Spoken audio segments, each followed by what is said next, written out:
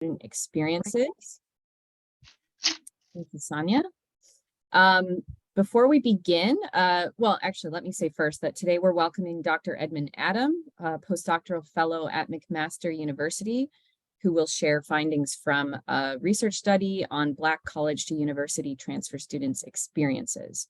And as I was saying earlier, I'm so excited for this talk. I think it's going to be very instructive for all of us. As usual, before we begin, we like to start with a land acknowledgement. So I will do that now. Today, we are joining you from land within the traditional territory of many Indigenous nations, including the Mississaugas of the Credit, the Anishinaabe, the Chippewa, the Haudenosaunee, and the Wendat peoples. I would also like to acknowledge that Toronto is covered by Treaty 13 with the Mississaugas of the Credit. And if you're joining us from anywhere outside of Toronto, please share the traditional territory that you're occupying in the chat.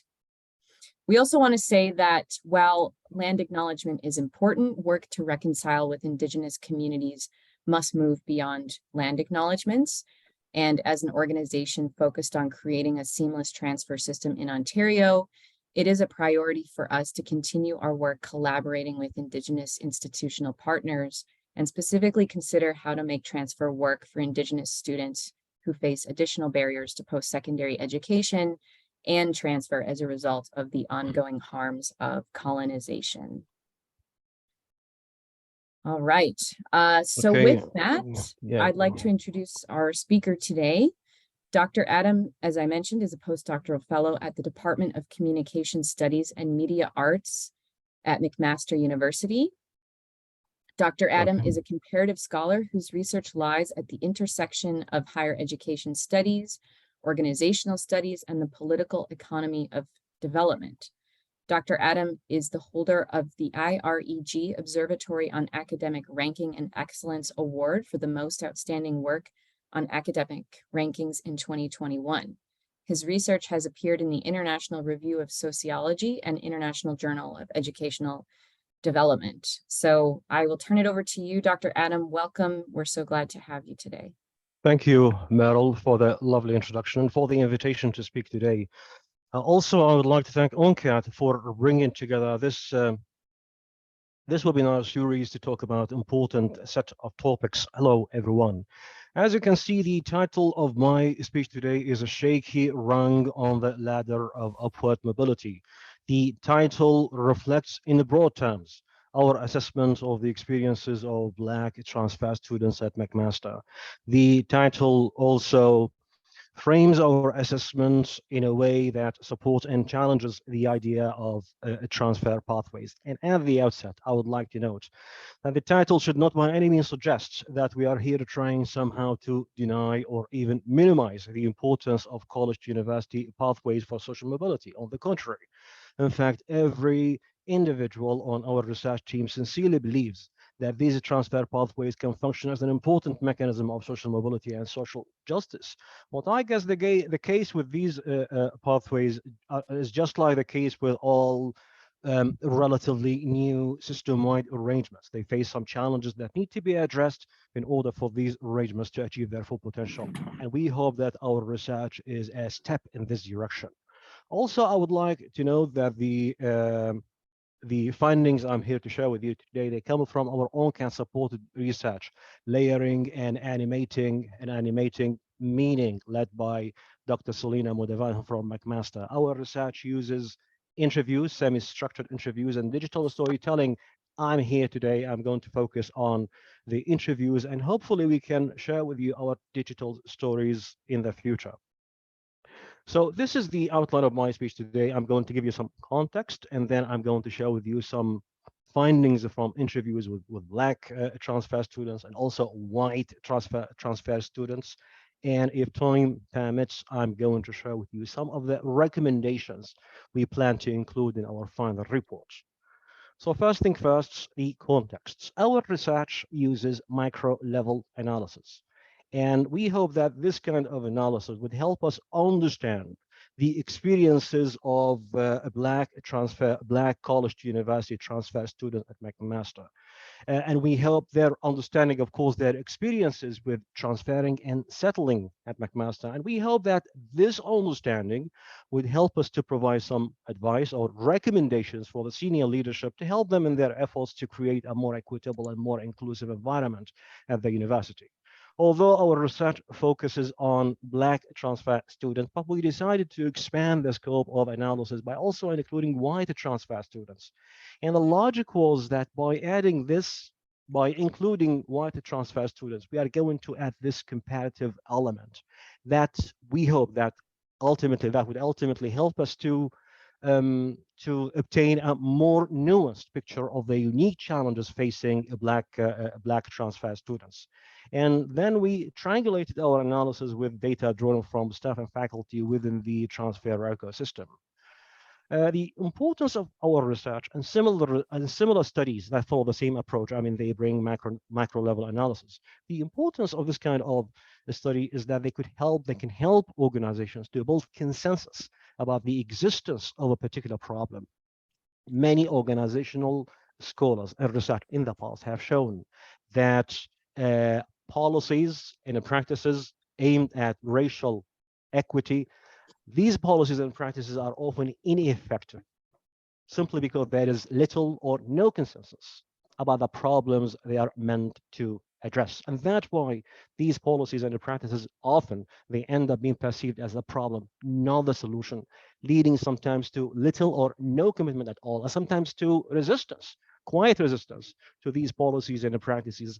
And this is actually one of the biggest challenges facing efforts to combat anti-Black racism. So we hope that by studying the lived realities of Black transfer students, we can help the McMaster community in its shared journey through the awareness phase and towards more evidence-based decision making as to where additional support is needed to create a more inclusive, more supportive learning environment for each and everyone pursuing university education at McMaster. Just to put our research in the broader context, the importance of our research also derives from the fact that the percentage of Black population in Canada is increasing. And this population is young, male or both, male and female. And what distinguishes this population is that they tend to have high aspirations like they want to pursue university education, but also they tend the majority of them, they tend to be, as you see here to the right, they don't expect to follow through on these aspirations. As a matter of fact, this is something corroborated by previous research in different jurisdictions, including here in Ontario by higher education scholars here in Ontario. I can think of Michael Skolnick, David Trick, Lisa Wallihan, just to name a few. They all have shown, these folks have shown that students from historically disadvantaged backgrounds, they tend to have the aspirations, but they also tend to perceive these aspirations as inconceivable. And that's why they go to college. They choose colleges, not universities. And this is also corroborated by our own research. Most of the black students we interviewed, actually, they come from first generation students, or they themselves are first generation students. And as you see here to the right, when we ask them, why did you choose to go to college, not university? Or did you have what it takes to go to university directly? Most of them, as you see here to the right, okay, they indicated that yes, they did have what it takes to go to university, but they chose to go to college simply because they assumed, or they said something to the effect that, well, I thought that university was too difficult for me. I thought it is too expensive. So at some point, they experienced this warming up moment, and they decided to transfer when they gained that confidence. The point I'm trying to point out here is that we should expect in the future more Black students to go to colleges, and they follow this trajectory. Okay, they experience this warming up moment, and they decide to go. They go to university, and we should be prepared if we really care about the social mobility and social and the social justice for this important segment in the higher education population here in Ontario. This, in my opinion, also underscores the importance of college to university transfer pathways for policies seeking to promote social mobility and reduce socioeconomic inequalities, especially given the fact that still here in Ontario, in Canada in general, and other countries actually, the UK, for example, there still exists this education-based hierarchy with university graduates at the top in terms of status, maybe, but definitely in terms of earnings or the individual rate of return on investment in education, just to use the language of finance. Okay, so our research uses the intersectionality framework, and the basic premise of this analytical framework is that discrimination and privilege exist at the intersection of race, class, gender, ability, and sexual orientation. It is a multi-dimensional analytical framework.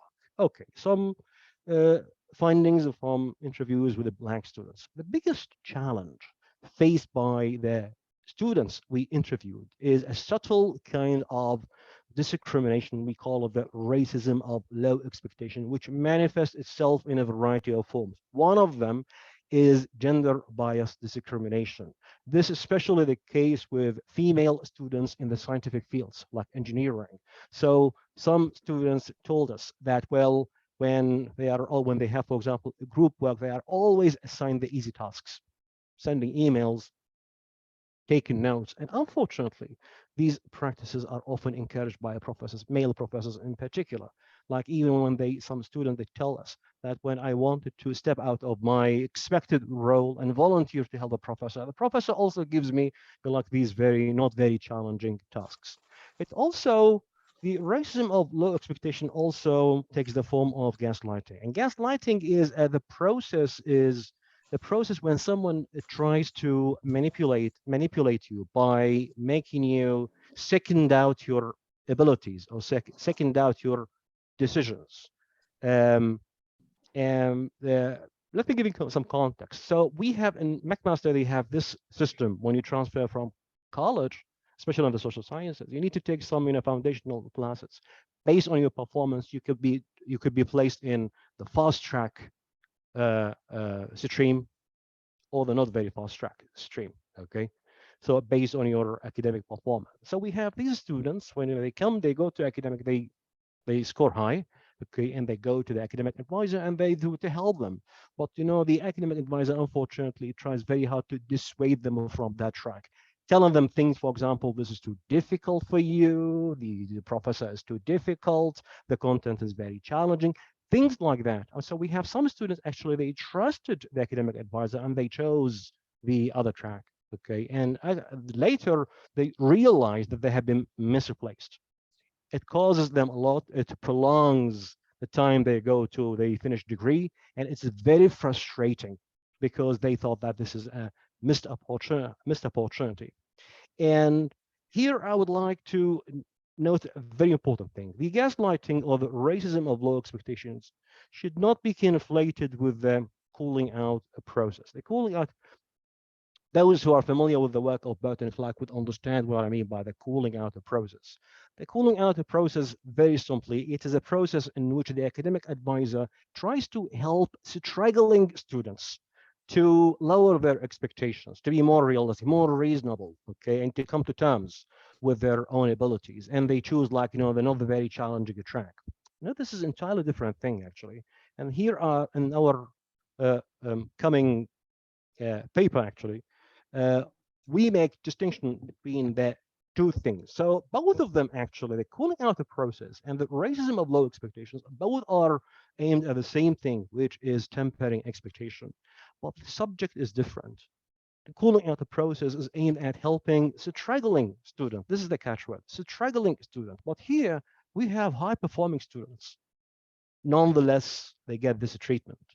The potential impact, actually, of course, setting realistic objectives, but here actually it denies students an opportunity, okay, to have, to gain this sense of self-efficacy, which results sometimes in disengagement. It prolongs the degree completion period, which causes, in fact, external costs. So this is something institutions should understand, that these practices, they have a cost, not only social cost but also financial costs, because the longer students stay, the more resources they consume. And those who are familiar with the performance-based funding in the Scandinavian countries, actually most of those systems, actually, because they focus on students' progression, simply because students remain longer in the university, and that's why it costs them more. They bring up the cost of higher education. That's the point. The calling out process is ethically questionable. Okay, there's a lot of research on that, but the racism of low expectations, it is unethical right away. Calling out process is visible. It is visible, actually. It is institutionalized, because that's what academic advisors sometimes do. But racism of low expectations, actually, it is invisible, and it can go undetected for decades. So the point I'm trying to make here, these practices, actually, what they basically do is that they undermine the very ladder, or the very mechanism that offers today's disadvantaged students a legitimate escape from historical disadvantage. It is a big investment, actually, by society supporting higher education, and that's okay. Again, I want to highlight the costs of these practices, which is a good line of inquiry. Maybe in the future someone wants to pursue it.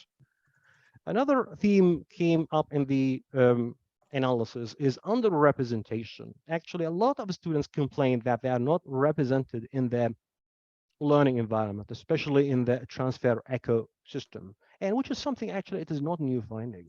But why it matters to be represented in the learning environment, that was for me a sort of epiphany, because when like this one, BP2, okay, he said, well, it mattered to me because that's most of the students I met actually is too proud. Some of them are too proud, so sometimes they refrain from opening up with their academic advisors about the challenge they face, because they assumed that they could be reinforcing the negative stereotypes about the Black people. So they decide to withdraw and keep it for themselves. And what they do, actually, they rely instead on what we call the grapevine knowledge. Grapevine knowledge means it means informal sources of information. And what is special about this kind of information, about the grapevine knowledge, it is usually anecdotal and inaccurate. And because of that, sometimes they go in the wrong direction and lead sometimes to suboptimal decision making, wrong decisions. And because these decisions sometimes they don't produce the result students anticipate, it causes something things like disengagement, loneliness. It prolongs their journey towards a degree. It negatively affects their academic achievement. For some of them. Okay. Another theme was undifferentiated support system, whether the social support or the financial support. So the social support, for example, the social support at McMaster, and I guess maybe in other institutions, it doesn't take into consideration, it doesn't account for the diversity within the Black community. So as you see here, BP 16, she told me that most of them support is geared, or in societies are geared toward Black Canadians. He said, even when I go, I cannot connect with them, okay? Especially those who come from Africa. Some of them are immigrants, actually, and they took the university or the college as the first choice, as their first choice of integrating into their new home, okay? So they say, well, I cannot connect with these, okay? Not connect, but difficult to connect, okay? Undifferentiated financial support. A lot of the financial support assistantships, they use that blanket plans, and it disadvantages this kind of people. It doesn't apply to all Black students, especially those older students. Okay. Shared experiences of the transfer students, and this one actually applies to whites and a Black. Okay, that's why I call them shared experiences. Information asymmetry. Okay, Most of the students actually, they experience one of the biggest reasons for the transfer shock that transfer students experience when they go to McMaster is the information asymmetry. They feel like lost, not because of the shortage of information, but because too much information, and this information is not streamlined. Okay, so they find it hard to locate the right information that would help them in their decision making. Okay, so we are being inundated with so many information. As you can see, this one is a white. W means white, B means a black. Okay. Another challenge is the alienation. Okay, it's a very actually the transfer process. I sense it was a very for them, most of them actually, it's a very alienating process. Sometimes, as you can see here, um, because here they cannot find like their you cannot find McMaster. They don't find when they transfer. It is difficult like to find and socialize with the transfer students. So there's no shared experience, and sometimes also because of the age. Okay. So they say, for example, because of the age, I find myself older than and they tend also, by the way, that the transfer students in general, they tend to be older than those who come traditional students at the university. He says because of the age gap, I find it difficult. Okay, there's not a lot of social support for transfer students in general. Some of the challenges are logistical challenges, procedural, and this comes from the staff and faculty. Okay, so the first one is student support system geared towards traditional students. I guess this is the case with all universities. So what happens, and this speaks to the unequal distribution of resources within McMaster. Okay, so here, SP1, she says, well, when students come from high school, so we give them a package, welcome package, an orientation, but nothing for transfer students. That's just the way the system's set up. It's a bit more, here is your offer letter and go. Okay. Sometimes this is one of the challenges actually that transfer students find very frustrating, which is credit recognition. A lot of the programs in McMaster, especially the scientific ones, are not built, as you can see, to be bridging programs. Okay. So students have something in mind, they go and they can't find their option. They're not eligible to join. They have to take courses. And some student complained because he thought, I want to save time and save costs, so save money.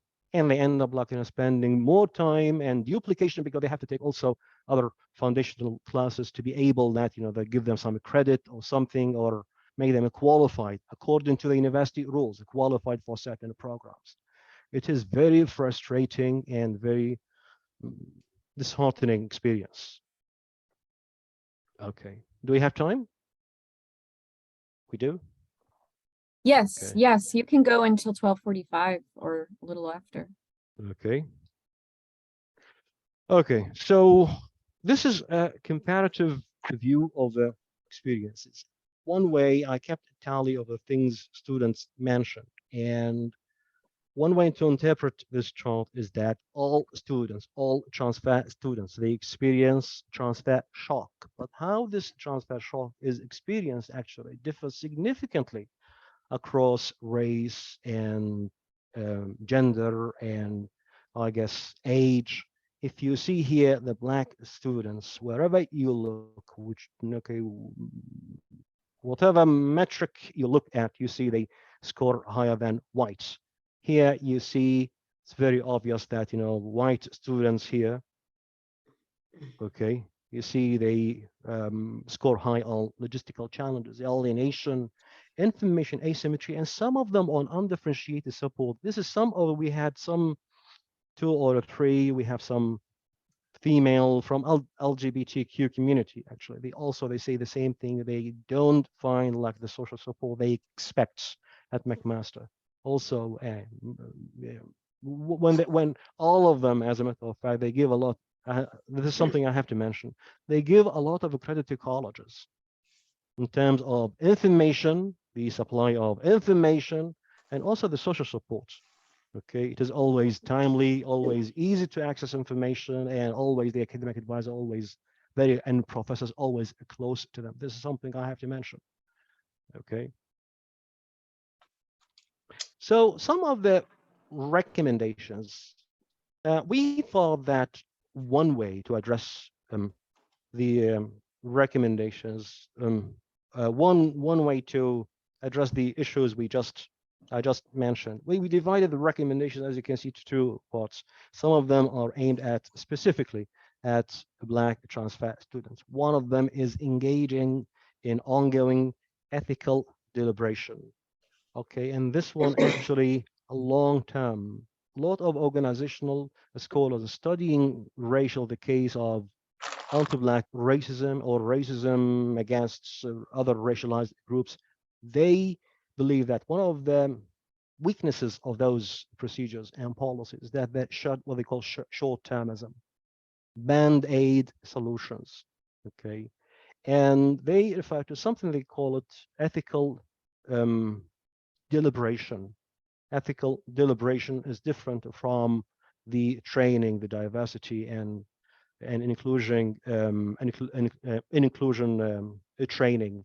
It is something voluntary, number one, and it speaks to issues. It doesn't single out one race and accuse it of a collective crime, because what they saw, most of behavioral scientists found is that people sometimes, normally moral people, they they pretend, okay? They don't like, these issues, okay? And they sometimes they pretend to profess to accepting these, okay, and rejecting these behaviors. But silently or quietly, they do the same. Simply, and what their interpretation is that they say that it's a human nature. Even when you rejecting them, but when someone is imposing them on you, you tend to reject them quietly, okay, like a kind of affirming your identity or affirming your independence, okay? So some of these policies, the way they're articulated, sometimes they cause some backlash, okay? So that's why we are advising, we need to, how the message is articulated should be done differently, and more should be the message should be articulated in a more diplomatic way, okay? It's a human nature. That doesn't mean saying anyone like bad, or these behavioral scientists, okay?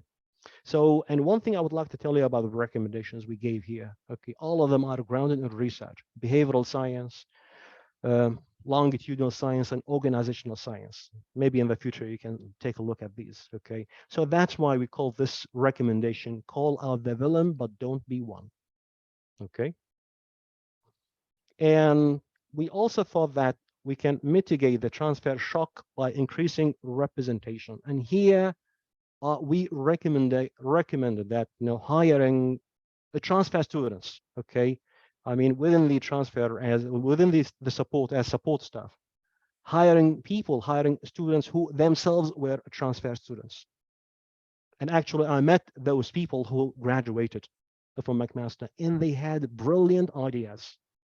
Okay, and I hope that the day come when those ideas can be translated into practices, into action. Okay, we also recommended developing differentiated student support specific to Black and transfer students, something that takes into account or acknowledges the diversity within the Black community. Blanket plans don't work, simply, okay?